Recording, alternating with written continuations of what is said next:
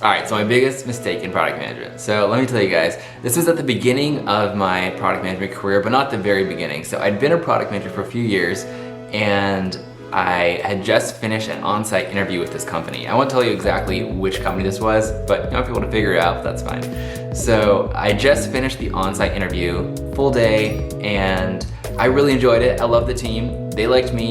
They called me. They were like, "Yeah, we enjoyed talking to you, and we just want you to interview with one more person, our VP of engineering, before we move forward with the next steps." So I was like, cool, that sounds pretty good, pretty positive. That also made me be in a position of this one interview that I have with the VP of engineering is gonna basically make or break if I get the offer or not. So I said, sure, set it up, and we met, and maybe it was a few days later, and I had a great call with the VP of engineering, and I sort of got a feel for his personality, and then he actually asked me this one question that I won't forget, and I think it's a really interesting question. The question is, what is a product manager's job when working with an engineering team? And my answer was, I sort of figured out what I thought he would want me to say, and I said a product manager's job is to make the engineers' jobs easier. So whether that be through gathering requirements and figuring out details, reducing ambiguity in requirements to make sure that the engineers don't have to do that kind of work.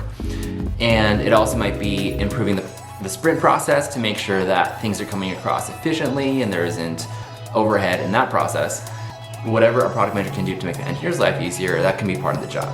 And I said that answer, and he loved it, and I got the offer, and I took the offer. But this is pretty interesting, and this is why I consider this one of my biggest interview mistakes, and that's because that didn't set me up for success. Your job as a product manager is not at all to make life easier for your engineers. I mean, a big part of it is, of course, caring for your engineers, but what your primary goal is to build a better business, build a better product for your users, and make sure that you are a champion for users at the company.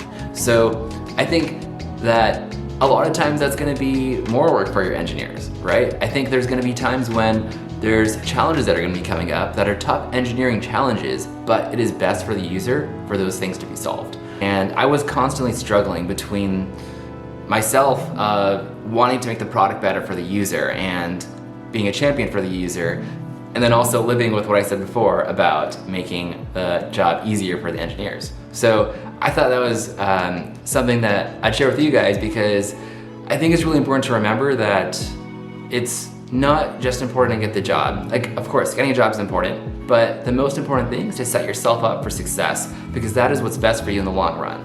I know that sometimes it's tempting to just be like, oh, I'm just gonna get this job and it'll be all good. But just keep this as your little reminder that it's good to be authentic, and that's best for you in the long run.